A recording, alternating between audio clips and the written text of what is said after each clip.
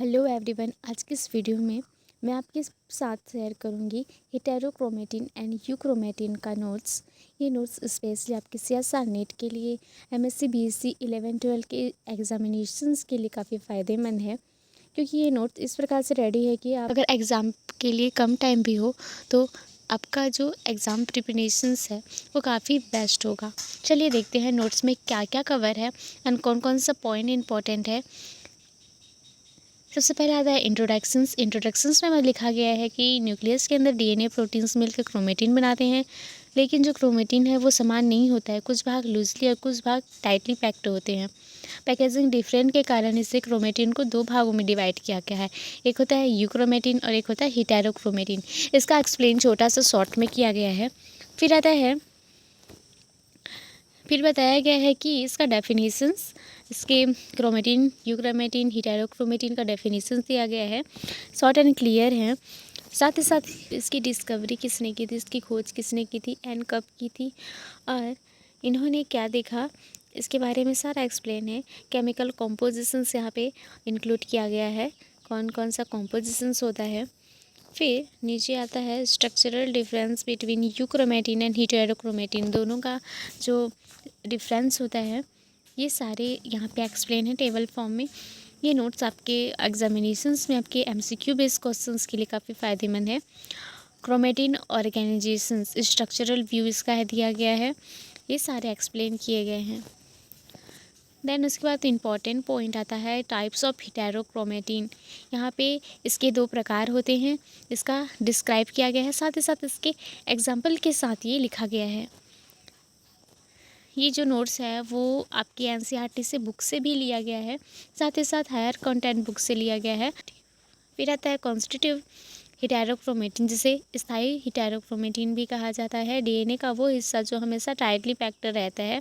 ये reasons mostly repetitive DNA sequence से बने हुए होते हैं। यहाँ पे इसका रोल क्या है, तो स्ट्रक्चरल स्टेबिलिटी और क्रोमोसोम सेग्रीगेशंस का होता है। इसका एग्जाम्पल है, साथ ही साथ इसके फंक्शंस भी यहाँ पे बताए गए हैं। सेकेंड आता है फैकल्टेटिव हेटेरोक्रोमेटिन, जिसे परिवर्तनीय हेटेरोक्रोमेटिन कहा जाता है। इसका एग्जाम्पल के साथ ये एक्सप्लेन किया गया है। ये काफ़ी सिंपल लैंग्वेज में है, हिंदी प्लस इंग्लिश में, तो आपको इजीली समझ में आ जाएगा। फिर आता है histone modifications and their rules, तो यहाँ पे एंजाइम है, इनके इफ़ेक्ट क्या करता है, ये सारी चीज़ यहाँ पे एक्सप्लेन है। फिर नीचे आता है डीएनए मेथिलेशंस एंड हेटेरोक्रोमेटिन फॉर्मेशंस, इसका है एक्सप्लेन।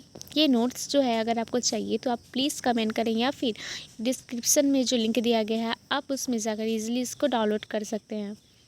यहाँ पे क्रोमेटिन मॉडलिंग पर यहाँ पे नोट्स में इंक्लूड किया गया है और उसके जो मेजर कॉम्प्लेक्स हैं वो भी यहाँ पे इंक्लूड है। फिर आता है फंक्शनल डिफरेंस, यहाँ पे यूक्रोमेटिन एंड हेटेरोक्रोमेटिन का बताया गया है, उसके फंक्शंस एंड यहाँ पे बायोलॉजिकल रोल्स बताया गया है।